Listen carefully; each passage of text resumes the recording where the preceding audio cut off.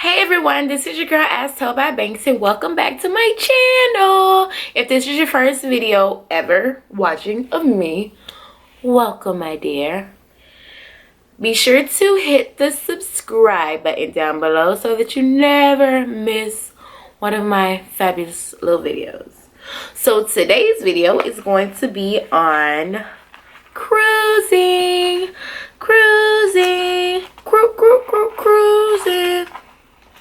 I'm on a boat. I'm on a boat. Okay, let's just dive right in.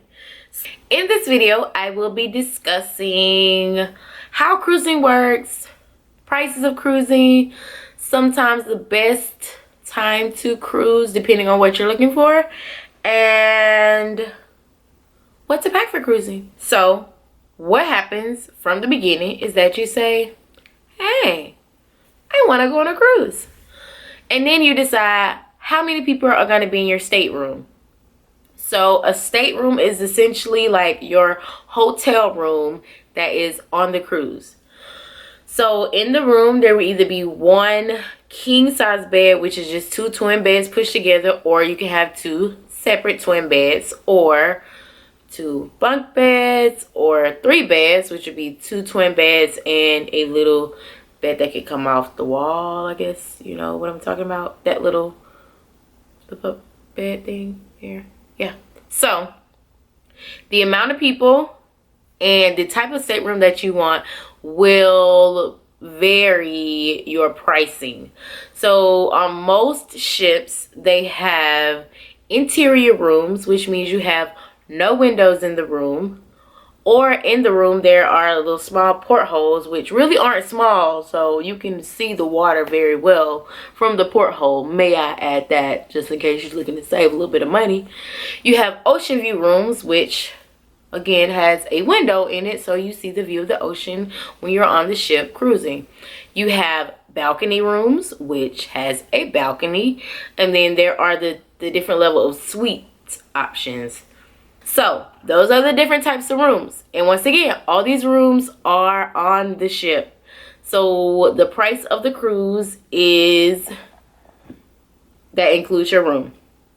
So, I recommend most people get interior rooms for your first cruise. Or if it's a short 3 to 5 day cruise, because those cruises are usually jam-packed with activities and you won't really be in your room enough to experience the balcony. If you are claustrophobic and you can't get one with a porthole, go for the ocean view, just so you know you have a little bit of because I know how that can be. So yeah, for this video we're going to talk about interior rooms with portholes. That's what we're going with. If you have any other questions, you can comment down below, but I'm just going to give you an example, all of that, of what your room will be like. So, once again, I want an interior room. Cool. So, if you're looking to go on a first time cruise, I would recommend either 3 or 4 nights, because you don't want to be on there too long. And then the cruising may not be your thing. And then you like, I'm ready to go, get off the ship. Like, I want to go back home. But now you didn't pay for 7 nights. And then you're going to be on there forever. So, 3 or 4 night cruises typically go to the Bahamas and Mexico. So, when you pay for your cruise, you are paying for that port of call. You are not paying for any food or drinks or activities that you want to do at that port of call. So, for instance, we're going to use a 3-night cruise to Nassau, Bahamas in this video. So, I say I want to go in October. October time frame, pricing is going to be a lot different than March time frame. I'm going on the exact same cruise that I went on in October in March, literally, because I loved it that much. But in October, it was about $150 per person before taxes. This time it was about $300 before taxes per person. Each time I have only had one roommate. So October time frame is a little cheaper because it's off season. Again, March is gonna be spring break. Everybody trying to travel. The weather getting real like steady and nice. October was like, you might get a hurricane, you might not, but you know what I'm saying? Like if you want to go, then cool. So the time of year that you go will make the price vary. Generally December, early December or November, October to early December or mid-January is usually a lot cheaper than the rest of the time because that's when people are family vacation, spring break, destination weddings, etc. So we've covered the pricing option. So all right, I typed in I'm going on, for the purpose of this video, Carnival Cruise Lines. Go on their website. Want to do 3 to 5 days. I want to do Bahamas. I want an interior room with portholes. It will bring up the price, or you can even call them, you know, if this is your first time, and call them or use a travel agent, because travel agents don't get paid more than the cruise line. They just get paid based on commission. So, but you can also do this all yourself. Now, if you are planning this, let's say you're going on it in October and you start planning in February, they will have payment plans available for you. So generally what will happen is you will pay a deposit of $100 per person in the stateroom, or you may catch a sale and it's a reduced deposit of $50. And then you will have to pay the full balance off 60 days before the cruise. If you wait to the last minute, 60-day time frame, you just have to pay it all when you know, when it's time for you to, when you booking, you paying it all, which is okay. It's either or, like if you want to plan ahead to save money, or if you catch a good deal, you like, hey, like let's go. Okay, so once you've paid for your cruise, let me tell you what you're paying for. Water, all meals on the ship, mostly all onboard activities, that all of the activities, all of the nightclub entrances, all of the comedy shows, anything that your boat offers, with the exception of mostly like the spa and the casino. That's the only thing I can really think that you're not paying for. Food wise, you're paying for all food except specialty restaurants. Any cruise I've ever been on, I don't go to the specialty restaurants because the food that I'm paying for is good enough. You are not paying for alcoholic beverages.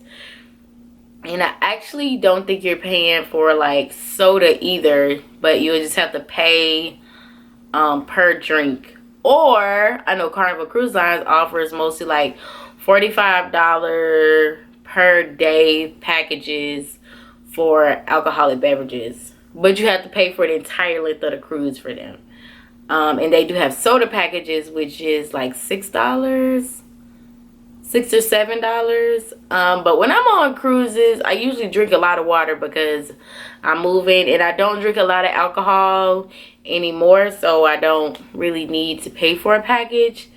But I mean, if you're gonna drink over like 5 alcoholic beverages per day, then you might as well just go ahead and get the package, honestly.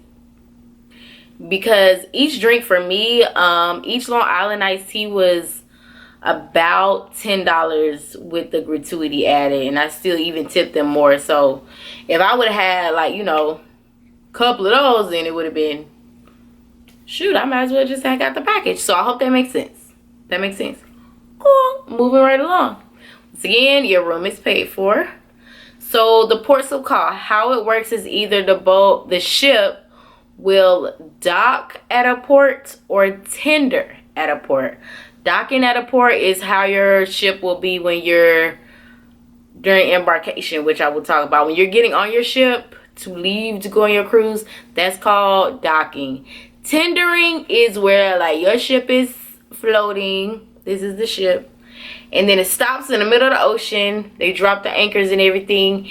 And then you get on these little boats that take you to the port.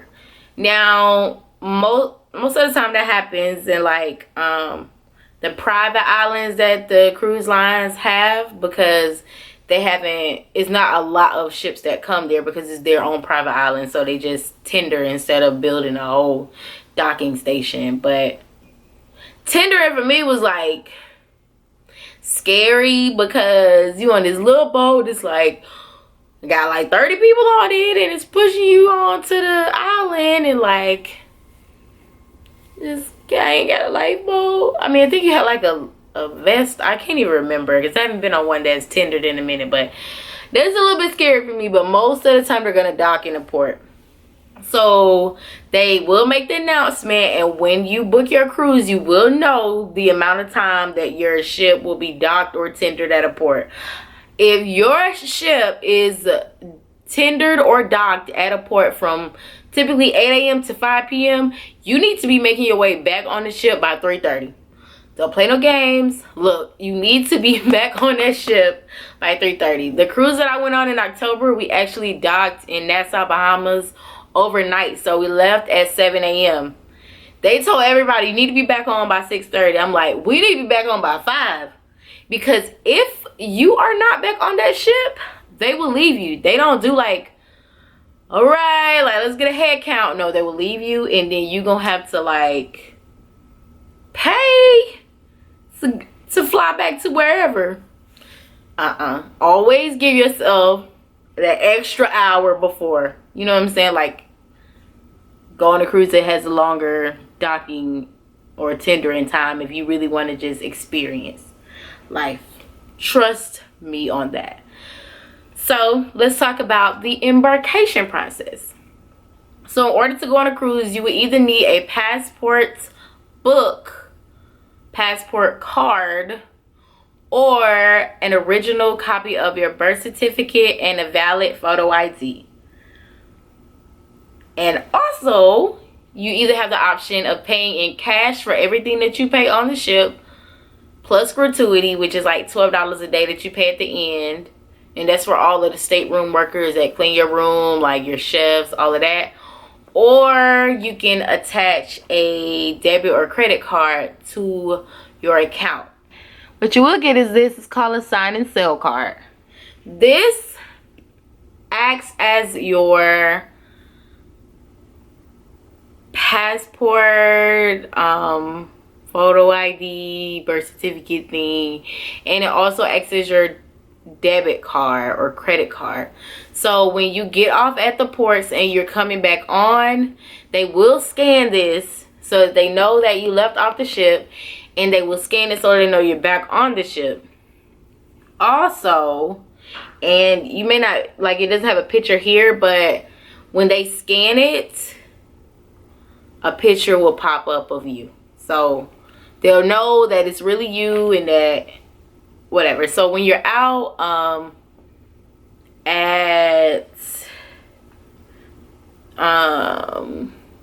when you're out at a bar on the ship or whatever, you will give this to them and they will scan it. Like, they'll swipe it just like your debit or credit card, and at the end everything will show up on your bill. So this is just like your all access pass, so you don't have to carry around like your birth certificate, your passport, and lose it when you're out in the city. Now, how this does count for Carnival or Royal Caribbean, everyone gives you these. But when you're out at the port of call, you still need your own cash. And I recommend that you get cash out before you leave for your cruise, or I just recommend that you carry cash. Like, you don't want to be swiping your card in different countries. Or if you do, make sure that you call your bank and tell them that you're going on vacation, because the worst thing to happen is you swiping it like it's declining. You like, I know I got money, but it's because USAA and they federal, they don't know that you like out, you know, having a good time. They thinking, Lord, somebody stole our information, Jesus, let's put a lock on this account. So just make that quick call or log in and add that travel advisory to your account. And there are activities that you can do called short excursions, when you're doctor tendered on the island, like snorkeling, swimming with the dolphins. Carnival has a great like bar hopping city tour in Nassau. And the prices range, and usually you can see those online after you purchase your cruise, or when you're on the ship, you're able to go down to the guest services desk and they can tell you about the options. But don't wait until the last minute, because a lot of the great ones get booked up fast. Or you can just wait till you get in the city, and there are a lot of ones that the different ports of call will offer at like different prices. Packing. So every time I'm going on a cruise, I always make sure that I pack the necessities like toothbrush, toothpaste, all your hygiene items. I pack regular clothing to wear during the daytime, bathing suits, and then also on most cruises they have dress codes for the dinner. So you get to dress up all nice and fancy in your dresses, ladies, or your suits, fellas. Mostly on short cruises, there's only going to be one night where you do the cruise elegant dress up. So, you know, who doesn't like to get dressed up? So you want to bring that. I do typically bring workout clothes, and I really don't ever work out on vacation when I'm on a cruise. But they do have gyms, so if that's your thing, and I'm going to be doing it on this one I have coming up in March, because no days off, man. You know what I'm saying? I do pack tennis shoes and sandals and regular shoes, depending on, I mean, like heels, because we do typically go out to the nightclub on the bars. Or for this one that we're going on in March, because we're staying overnight, we will be partying in Nassau. And I bring tennis shoes because sometimes you want to look cute with your sandals on. But if you're going to be doing a lot of walking in the city, some nice Nikes, and just switch it up, girl. Like, you going to have to make it work. So that is what I pack. And I typically do bring a big suitcase, but it's not necessarily needed. When it's hot, you know, your clothing are a little lighter, so you can fit most of your stuff into a nice regular size bag. That way you're not lugging all that stuff around. Now, Carnival or whatever cruise line does offer door-to-door service, where they take your bag when you check in and they would hand deliver it to your room. You can do that, but I also recommend having a backpack or something and having a change of clothes that you want to change into immediately in that backpack, because you never know how long it's going to take for them to get your bag to your room. And you just wouldn't have to be sitting around waiting, because you want to get out, start eating, exploring the ship, you know, dancing, having fun, you know what I'm saying? So that's about all that I can think of when it comes to packing. Also, pack some motion sickness pills. For me, I always take one before, like when I'm checking in, I take one. And I usually take a nap when we first take off, right after we do the safety drill, because my body kind of gets like this sick feeling. I don't feel the ship moving. It's just kind of like, I know it's probably a mental thing. So I just take a nap and I wake up and I'm good to go. Like, my body's equilibrium is adjusted. No, majority of the time you will not feel the ship moving. Sometimes you might when the ship is turning, but you don't really. It's not like the Titanic, okay? And you do have a safety drill when you first get on, where you go to your muster stations, and your muster station will be on the card, so to show you, and you'll get to practice, you know, what happens in the case of an emergency, etc., etc. So shouldn't be like any questions really. You should know, and you really want to take this seriously, because once again, you never know what could happen. But these ships are designed very well, and there are enough lifeboats on the sides of the ships for each occupant to be able to have a lifeboat to get in. So that is all that I have for beginner cruisers. I really recommend going on cruises. It's a great experience. I after you pay up the price for the cruise, I would say possibly save up $100 per month into the cruise. Normally I only spend about, if I even spend $200, that's about how much I spend per cruise. But if you like to shop and you like to get souvenirs, plan for that, save for that, so that you are good to go. And once again, make sure that you do have that gratuity, which is going to be around $12 to $15 per day on a cruise that they would charge at the end of the cruise. And if you have your debit or credit card already attached to your sign and sell card, then you won't have to go to guest services during debarkation. Debarkation is when you are getting off the ship. If you are paying with cash, you will have to go and pay that before you get off. If you have your credit card attached, they automatically go ahead and process it, and you're just able to get up the last morning of the cruise and get off the ship, and it's pretty seamless. So yeah, that's all that I have. I hope that you enjoyed this video. Give it a thumbs up if you did, and let me know what cruise you plan on going on. So that is all that I have for you, lovely people. That is all that I have for you, lovely people. Mwah. Thanks for watching. Bye.